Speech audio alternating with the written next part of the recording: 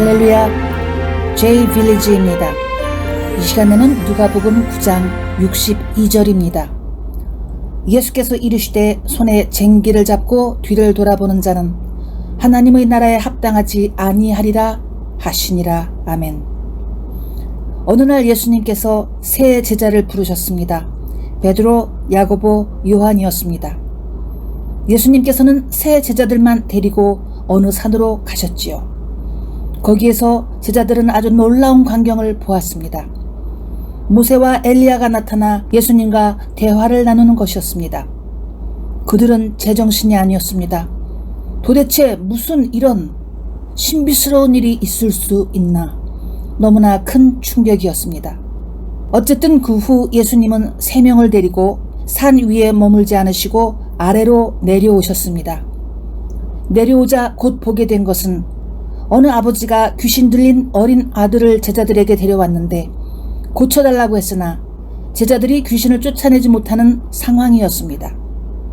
그래서 예수님께서 제자들에게 믿음이 적다고 꾸중하시고 즉시 아이에게서 귀신을 쫓아내셨습니다. 그 후 몇 가지 일이 있었고 어느 날 예수님은 제자들에게 예루살렘으로 가자 그렇게 말씀하셨습니다. 예루살렘으로 가려면 사마리아 지역을 지나가는데 그곳 사람들이 예수님 일행에게 당신들 이곳으로 지나지 못한다 하며 배격하였습니다. 그때 아주 흥미로운 일이 생겼습니다. 갑자기 야고보와 요한이 놀라운 제안을 했던 것입니다. 누가복음 9장 54절 55절입니다.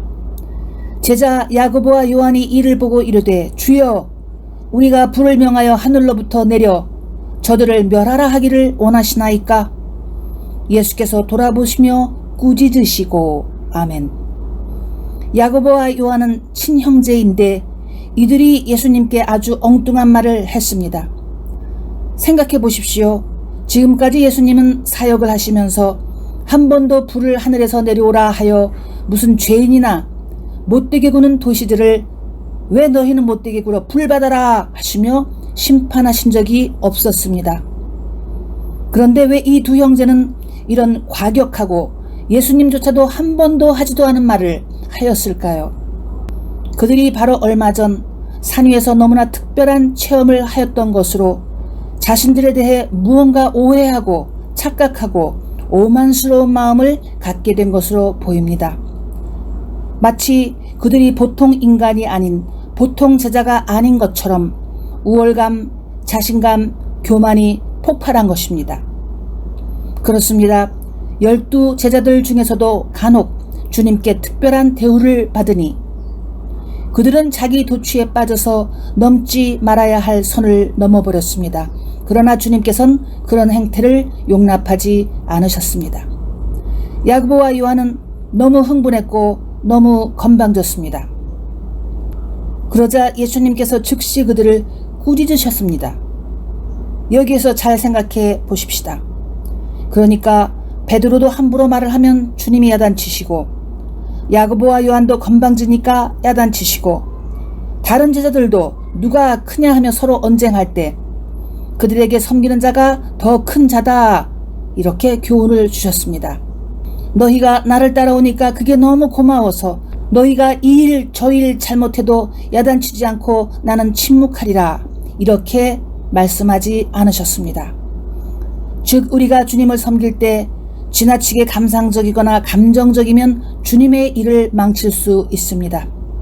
사람이 온유하고 마음이 따뜻한 것과 좌우를 분별하지 못하고 감상적이거나 감정적인 상태가 되는 것은 아주 다릅니다. 나는 외국의 어느 지역을 지나가는데 새들이 아주 많이 모여 모이를 쪼아먹는 것을 보았습니다. 사실 새들이 무리지어 있는 게 멀리서 보면 평화스럽고 아름다울 수 있으나 주택가에 사람이 지나다니는 길가에 새들이 잔뜩 모여 있는 것은 그다지 위생적이지 않습니다.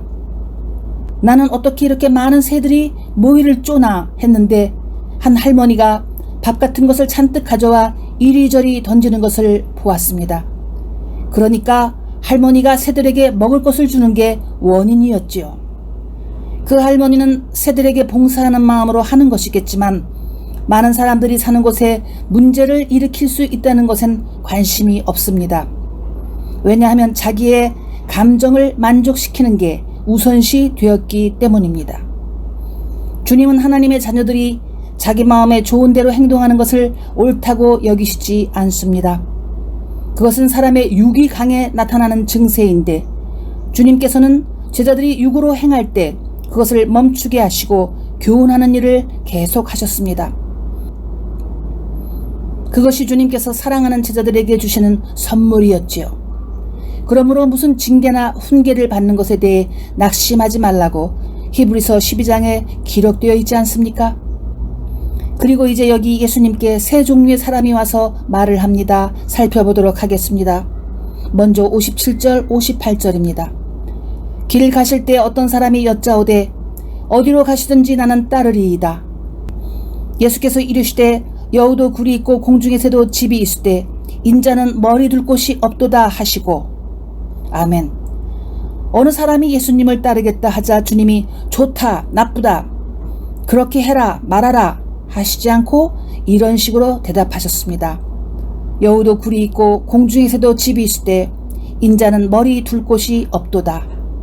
즉 주님은 그 사람에게 주님의 사역이 대중들에게 인기 있어 보이는 것에 혹하지 말고 사실은 얼마나 힘들고 피곤한 일인가 하는 것을 말씀하신 것입니다.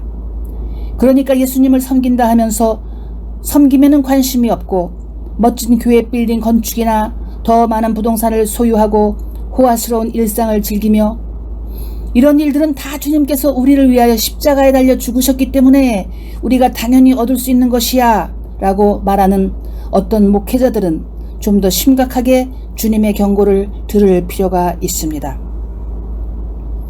두 번째 다른 케이스를 보겠습니다. 59절과 60절입니다.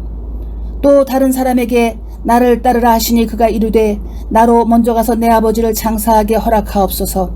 이르시되 죽은 자들로 자기의 죽은 자들을 장사하게 하고 너는 가서 하나님의 나라를 전파하라 하시고. 아멘. 그러면 아버지 또는 가족의 장례식에 참석하면 나쁜 일입니까? 아닙니다. 주님께서는 네가 나를 따르려면 장차 앞으로 너희 개인의 가족사에 너무 묶이지 말라고 미리 가르쳐 주신 것입니다. 예전에 네 사람이 중국의 어느 도시로 미션 트립을 갔는데 매우 힘들었습니다. 일주일이 되자 한 형제가 나는 아내와 딸이 보고 싶다 하면서 자기 나라로 되돌아 가버렸습니다. 그러자 그날부터 우리는 캠코더 녹화를 담당해줄 사람이 없어졌습니다. 이 형제는 장차 풀타임으로 주님을 섬기겠다고 한 사람인데 일주일 만에 가족이 보고 싶다고 되돌아가 버렸습니다.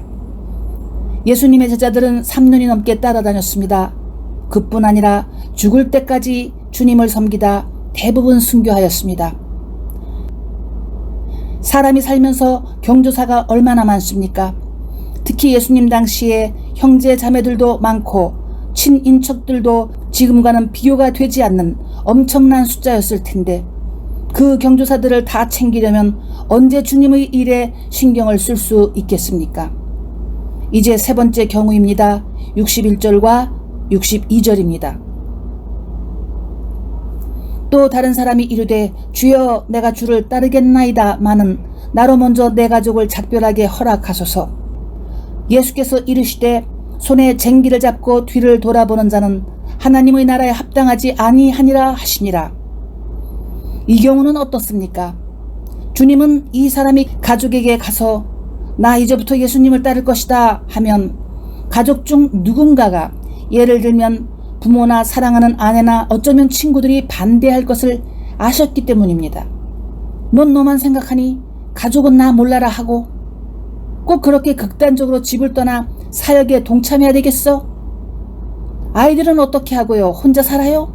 아이들은 당신의 손길이 필요해요. 너무 종교적으로 살지 말아요. 이러한 인본주의적인 회방이 사랑하는 사람들로부터 올 것을 아셨기 때문에 역시 미리 경고하셨습니다. 물론 여러분이 주님을 따른다고 해서 꼭 풀타임이 될 필요는 없습니다. 그런데 혹 레위인처럼 풀타임으로 섬기기로 했다면 뒤를 돌아보지 마십시오. 그렇게 살도록 가이드 해줄 사람이 주변에 있다면 그것이 목자이든 또는 자기 가족이든 참으로 소중한 사람입니다. 오래전에 6.25 사변이 있었습니다. 이북에서 남쪽으로 피난을 하는데 한 남자가 그의 어린 아들만 데리고 피난을 하게 되었습니다. 그는 아내를 다시는 만날 수 없었는데 죽을 때까지 아들만 키우고 결혼을 하지 않았다고 합니다. 어느 날 이 남자는 어린 아들이 돈을 훔친 것을 발견했습니다. 그래서 아들을 불러 물었습니다. 내가 무슨 짓을 했지? 도둑질을 했습니다. 어느 손으로 했지? 오른손으로 했습니다. 그래, 이 성경을 읽어보아라. 또한 만일 네 오른손이 너로 실족하게 하거든 찍어내버리라. 내 백체 중 하나가 없어지고 온몸이 지옥에 던져지지 않는 것이 유익하니라. 마태복음 5장 30절 말씀입니다. 아들아, 여기 칼이 있다. 네 오른손이 죄를 졌으니 잘라라. 아들이 너무 놀라서 아버지 잘못했습니다. 다시는 돈을 훔치지 않겠습니다. 라고 빌었습니다. 그러자 아버지가 다시는 죄를 짓지 말라 하시고 어떤 성경 구절을 읽으라 하였습니다. 너희는 그 은혜에 의하여 믿음으로 말미암아 구원을 받았으니 이것은 너희에게서 난 것이 아니요 하나님의 선물이라. 행위에서 난 것이 아니니 이는 누구든지 자랑하지 못하게 함이라. 아멘. 에베소서 2장 8절과 9절입니다. 아들아, 다시는 죄를 짓지 말라. 이것이 참으로 자식을 바르게 키우려는 올바른 아버지의 모습입니다. 요즘은 자녀의 의견을 존중한다는 부모들이 많은데 그게 아주 융통성 있는 것처럼 보이지만 그중 어떤 부모는 자녀들이 하나님의 말씀에 위배되는 괴상망측한 라이프 스타일을 추구한다고 해도 또는 아직 그렇게 살지 않는 어린아이인데도 누군가가 만일 당신의 자녀가 동성과 사귀겠다면 어떻게 할 것인가? 이러한 질문하면 이렇게 대답을 하기도 합니다. 사랑하는 내 아들아, 사랑하는 내 딸아, 엄마가 널 사랑하는 것 알지? 난 네가 무슨 결정을 해도 지지할 거야. 사랑해. 내 인생은 내 거야. 그래서 난 너의 의견을 존중한다 하면서 그것을 공공연하게 발표합니다. 그러면 그것이 유명인일 경우 미디어를 통해 알려지고 사람들은 아주 모던한 부모, 앞서가는 부모, 자녀를 진정으로 이해하는 친구 같은 부모라고 치켜 세우기도 합니다. 그뿐 아니라 학교에서는 어린아이들에게 나이에 맞지도 않는 성교육을 실시한다고 요란을 떠는데 그런 아이디어를 낸 소위 교육자들을 좋다고 지지하는 사람들은 무슨 마인드를 가지고 사는 사람들인지요? 아, 그렇군요. 내가 잘못 생각했습니다. 만일 어린 자녀들이 집에 와서 엄마 아빠 오늘 이런 성교육을 받았어요. 그리고 남자가 남자끼리 여자가 여자끼리 사랑하고 결혼하는 것이 전혀 잘못된 일이 아니래요 하면 기겁을 하는 게 아니라 참 기뻐하겠네요. 그런 일이 아이들에게 생기길 기대하며 그런 교육을 지지한 것 아닙니까? 혹 그런 교육자들이나 커리큘럼을 지지하는 이들이 크리스찬이라면 자기 머릿속에 하나님의 말씀이 아닌 똥덩어리가 들어있다는 사실을 알아야 합니다. 똥이 들으면 기분 나쁠까요? 올바른 아버지 어머니는 자녀들이 옳은 일을 하게 하고 혹시나 세상의 똥냄새에 취하여 뒤를 돌아보지 않도록 가르칩시다. 올바른 목자 리더는 제자들이 쟁기를 잡고 오직 주님을 잘 섬기도록 가르쳐야 합니다. 올바른 제자들은 개인의 부귀영화나 너무 많은 경조사나 이것저것 계산하는 일에 관심이 없습니다. 그저 쟁기를 잡고 앞으로 전진하며 일을 잘 마치려고 노력할 뿐입니다. 우리는 그것으로 족합니다. 필요한 것은 주님께서 다 채워주실 줄로 믿습니다. 기도하겠습니다. 하나님 아버지, 뒤를 돌아보다 소금기둥이 된 사람들이 많습니다. 그런 일들이 발생할 것을 주님께서 잘 아셨기 때문에 쟁기를 잡은 사람들이 어떻게 살아야 할 것인가 미리 알려주셨습니다. 아버지, 우리에게 주신 분별력과 능력을 잘 사용해 인본주의는 버리고 신본주의로 힘차게 살아가는 제자가 되도록 하겠습니다. 예수님의 이름으로 기도드립니다. 아멘.